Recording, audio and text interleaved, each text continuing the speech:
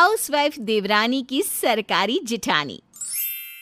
प्रीति नौकरी करके घर आती है और अपनी देवरानी समीक्षा से कहती है, अरे समीक्षा, एक गिलास पानी तो ले आ, बहुत थक गई हूँ। एक तो मेरे जो सर है ना, वो मुझसे काम तो करवाते ही हैं, साथ ही साथ 4-5 घंटे गप्पे अलग से मारते हैं। अच्छा जी, आप वहाँ पर गप्पे मारने जाते हो क्या?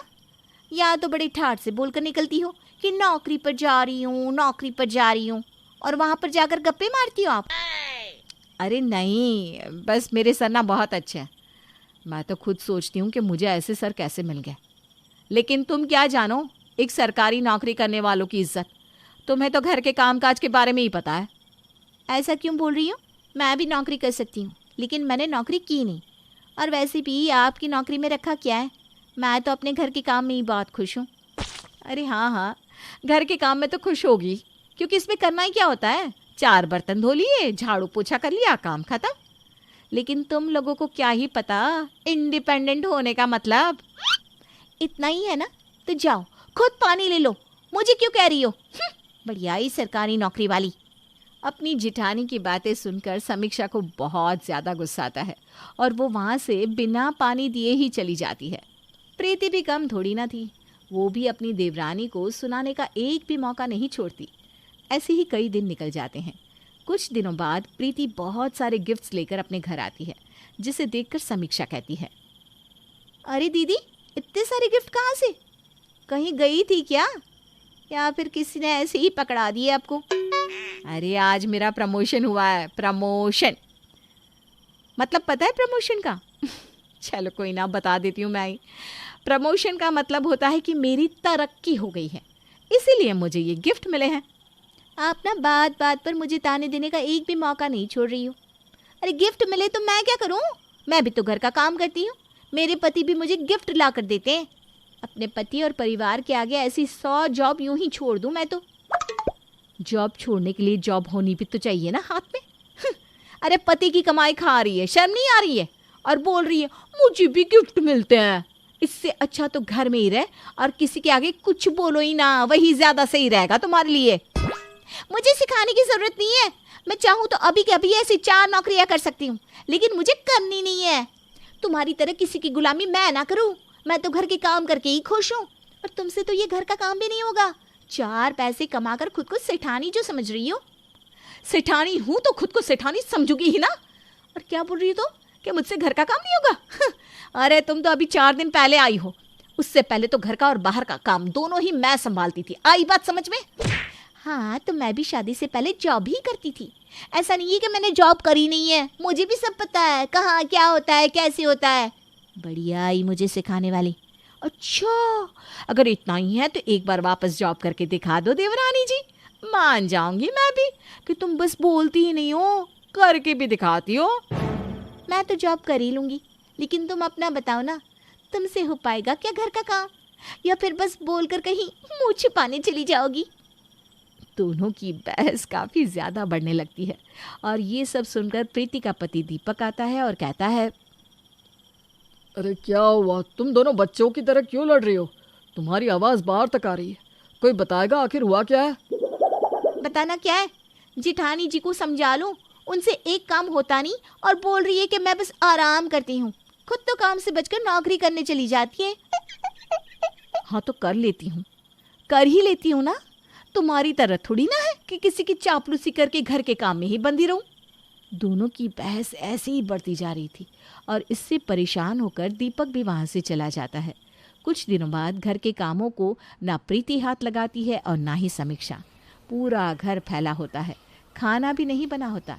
ये सब देखकर उन दोनों की सास सुजाता दीपक के साथ आती है और दोनों से कहती है, बहुओं, ये क्या हाल बना रखा है घर का? कोई ये सब देखकर कहेगा क्या इस घर में 2-2 बहुएं हैं? माँ जी, अब कहना क्या चाहती हो? मैं पहले बाहर का काम करूं, फिर घर आकर घर का भी काम करूं, और ये महारानी घर पर पसर कर आराम करती रहे? नहीं, मैं घर का काम नहीं करने वाली। हाँ तो मैं भी कुछ नहीं करने वाली। अरे बाहर नौकरी क्या करती हो? खुद को प्रधानमंत्री ही समझने लगी हो।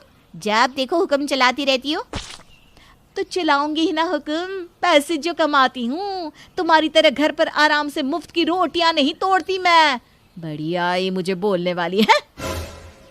माँ जी, अब जेठानी जी को देख लो, मैं कुछ नहीं बोल रही हूँ तो इसका फायदा उठा रही है। अभी कुछ बोलने पर आ गई ना तो ये बोलेंगी कि मैं इज्जत नहीं करती बड़ों की। माँ देख लिया इन दोनों के कैसे ड्रामे चल रहे हैं। अरे मैं तो थक गया हूँ।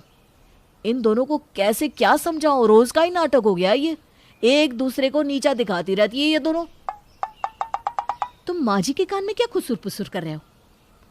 अब तुम दोनों की सास ही बोलेगी।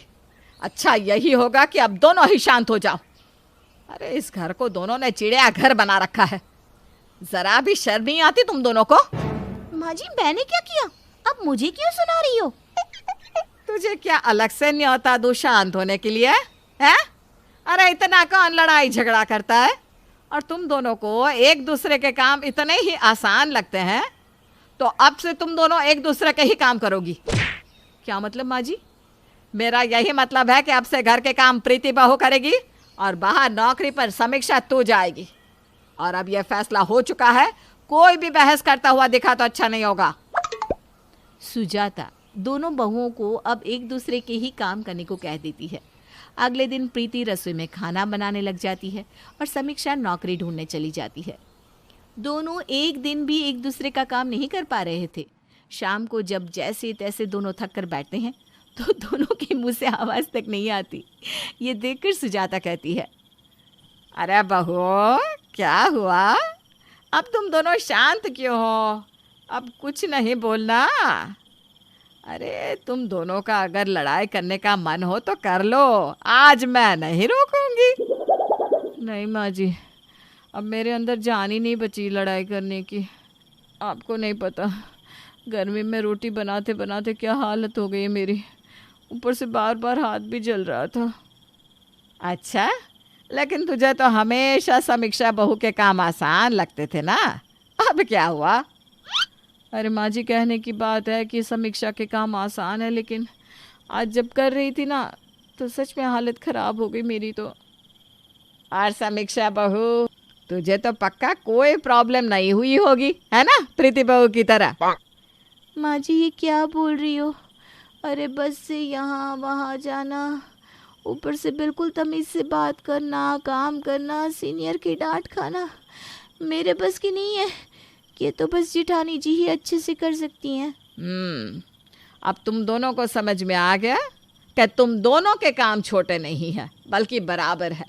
बस फ़र्क इतना है कि जो अपना काम कर सकता है उसे वही करना चाहिए, ना ही दूसरे के काम को नीचा दिखाना चाहिए। दोनों बहुओं को अपनी सास की बात समझ में आ जाती है, जिसके बाद दोनों बहू आपस में लड़ाई करना बंद कर देती हैं।